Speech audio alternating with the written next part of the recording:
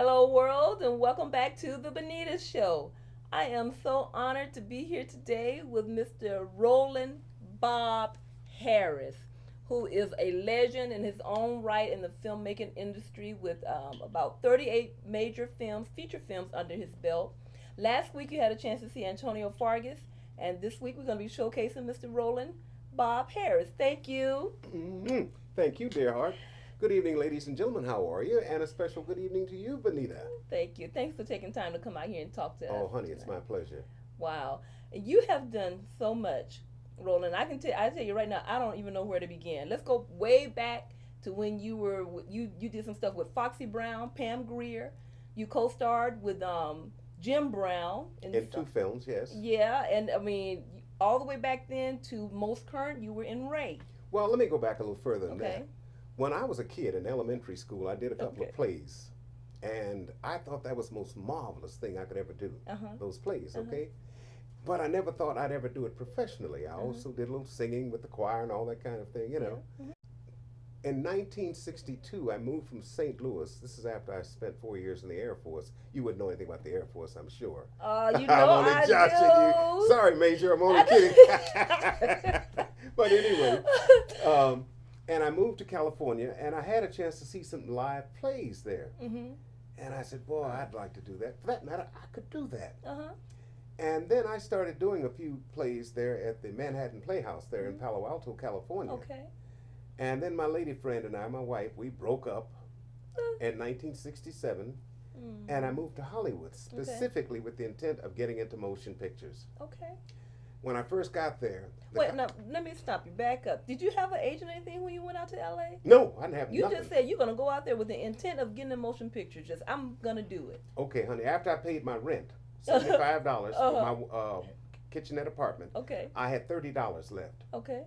And I had all kinds of encouragement from people that I told I was going to get into the motion picture industry.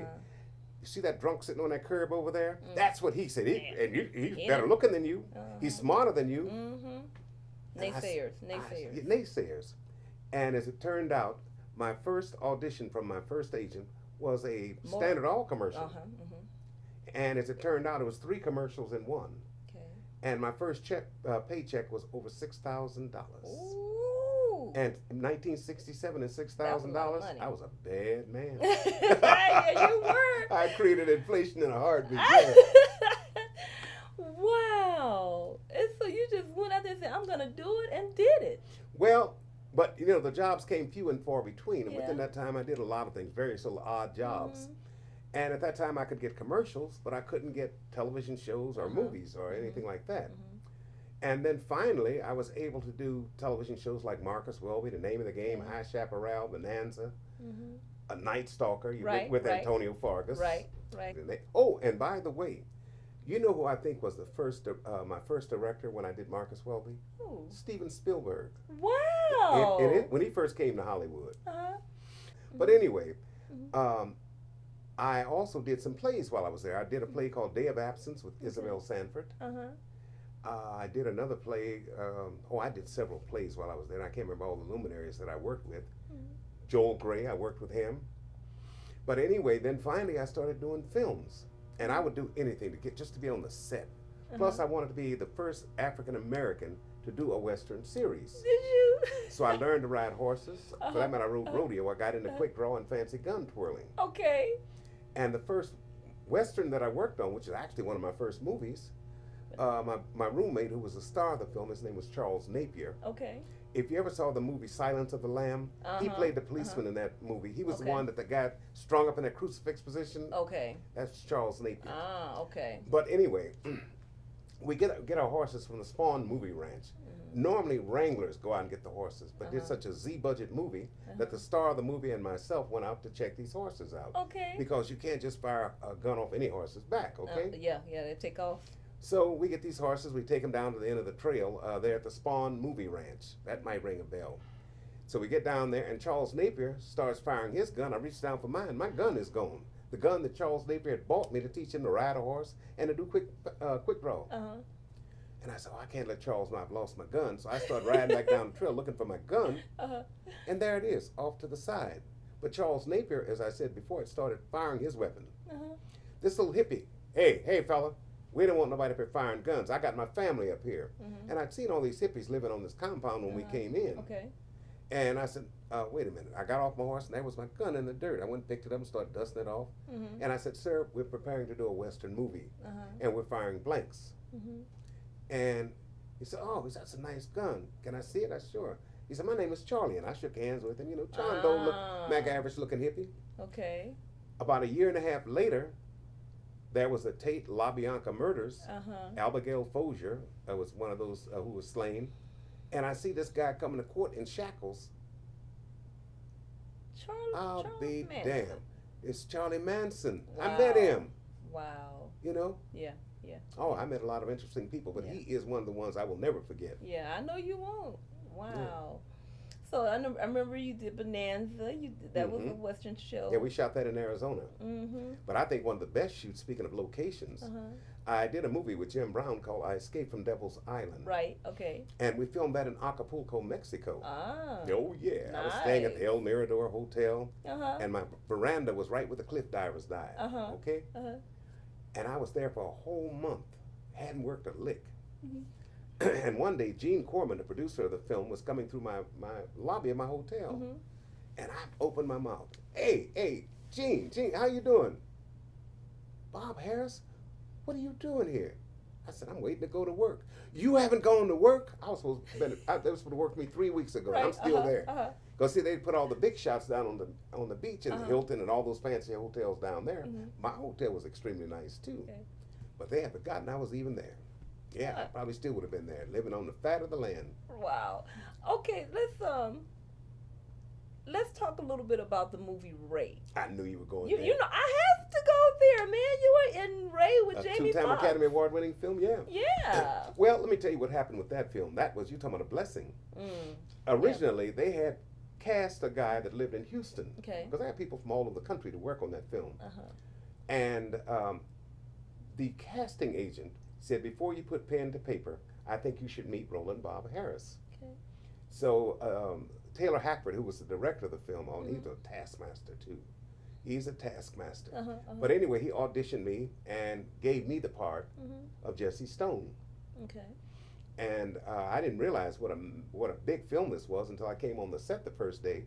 And I see these 50, 60, 70, 80 tractors and trailers and all these sound cameras. Oh, I was like, wow, man, this is big. This is big.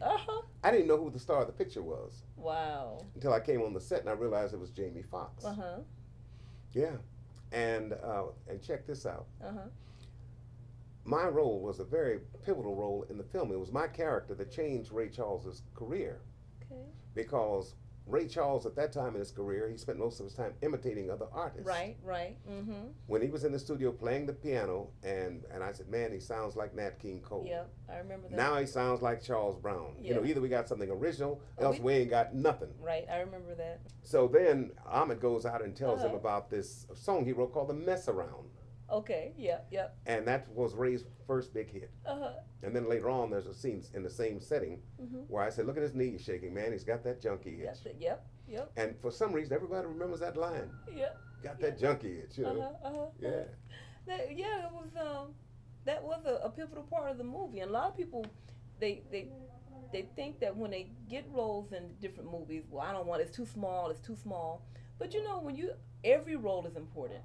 Every role in the movie is important, and yours, that was a pretty big role. Well, okay, now see, that's a misnomer too, because when you work on a SAG film, even though you may have what may appear to a novice or a person who don't know the business as a small role, but when it comes time to get residuals, those residuals start rolling in. Like my first residual from Ray was about $3,000 some odd.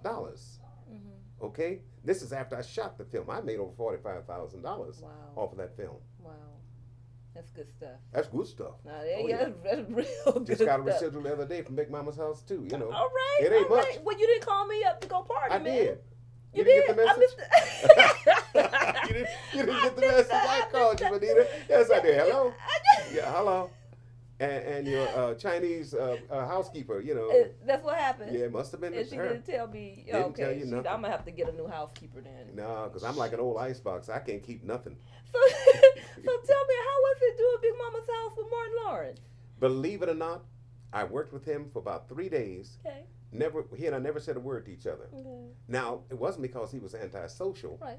All the time that I was working with him, he had that big old rubber suit on, okay? Right, yeah. And he was burning up. I mean, he was just, Yeah. every time we'd stop shooting, he had to turn all these big old massive fans on. Yeah. And I just did not want to disturb that man, you know. Okay, yeah. Now, when I worked with Jamie Foxx, he was very, very, very, very amenable to conversation. Yeah. And everybody seemed to, you know, really think the world of him. And I'm one of those people. Yeah. Okay, we're gonna talk about one more thing here. We know that you've had a long career. You've been doing film. You got 38 feature film under your belt. You've done a ton of stuff with Jim Brown, Pam Grier. 18 national commercials. 18. There you go. 18 national commercials. I mean, you've. And done, guess what? Here in St. Louis, I can't even get an agent. Wow. They don't know what they're missing, but that's okay because I'm surrounded by a lot of filmmakers. You've seen some of them on the show, and there's more to come. So I keep saying we are going to make St. Louis the next Hollywood. Why not? Am I right, Corey? That's what we're going to do. Why not? And you're going to be starring in everything. Somebody's got to do it. Somebody might as well be us, right? Yeah, why not us? That's too bad because, you know, you're awesome. I mean, so much time to have a legend right here in St. Louis. But that's okay. We're finding out about you now. Well, dear heart, I'll tell you, I've been very blessed. I'm extremely blessed. And my St. Louis brothers and sisters treat me like royalty. Yeah. And I treat them, well, like peasants. No, I'm just kidding. I'm just kidding. Sorry, I dropped that. Well, like peasants. Click. You crazy. Look, that was good. One more thing. You came here as a result of Katrina. Yeah. I was going to stay Louisiana. because I lived on the 10th floor of a 14-story building, and the year before they had a mandatory evacuation, and we didn't get enough water to water a potted plant. So this time when Katrina struck, you didn't get enough water a potted plant. No, truly. And these people got stuck out there on the freeway. You know, some people died, and I said I'm not going out there. But this year they were much better organized. You know, they'd never had. Wait, I'm sorry. Wait. Back up. You said that they warned y'all once before, and everybody got stuck on the highway, and y'all didn't get enough water to water a plant. To water a potted plant. That's the truth. I mean, I'm telling you, I went out and bought all these groceries and all the necessary things I need, like plenty of beer and wine and stuff like that. Man, can I live by bread alone? So, and we didn't get enough water to water a potted plant. It was some angry citizens.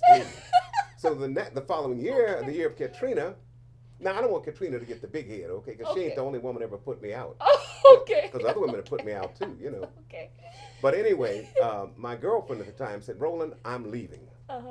And I said, well, I'm going to leave too. So I grabbed me a pair of jeans and had on some shorts and sneakers. And I didn't take that much with me, my money.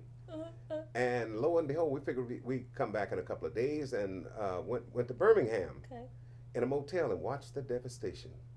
And check this out. My girlfriend had just bought a brand new grandfather clock, which she spent $2,000 for. I got it that week.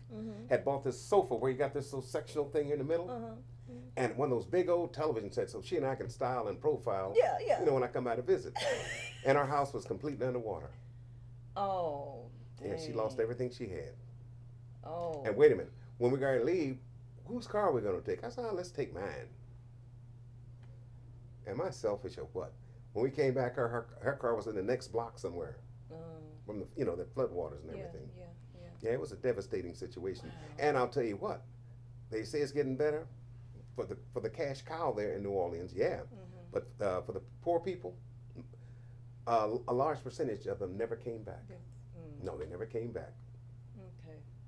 Now I know they shoot a lot of films in Louisiana too. Yeah, they call that Hollywood South. Yeah. People don't know there's a massive film industry down there. Yeah. I did a German commercial for some people from Germany, and I had to learn to speak German to do this commercial. Okay. Yeah. Cool. And, well, the reason that I had to learn to speak German, which I never really learned to speak German, but they wanted my mouth to be moving in a way so when the German actor dubbed over my voice, at least it will be somewhat in sync. Okay, got it. And then one day I went on the internet, in Germany, and pulled up this commercial, Froster, and there I'm on European television. Okay. I went, whoa. Now, I didn't get paid for that. Where's my check? Hello. Hello.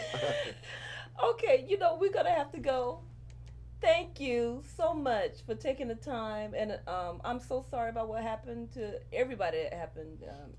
What happened to everybody in Louisiana? But now we got that same I had tragedy relatives there. in Japan right now. You know. Yeah, with I that have tsunami. relatives there too that had to move. And by the way, I want to say hi to Aunt Lorena and all my cousins from Hi, Auntie. and all my all my friends and family in State Line, Mississippi. I never give them a shout out, so I have to give them a shout out. Mm-hmm.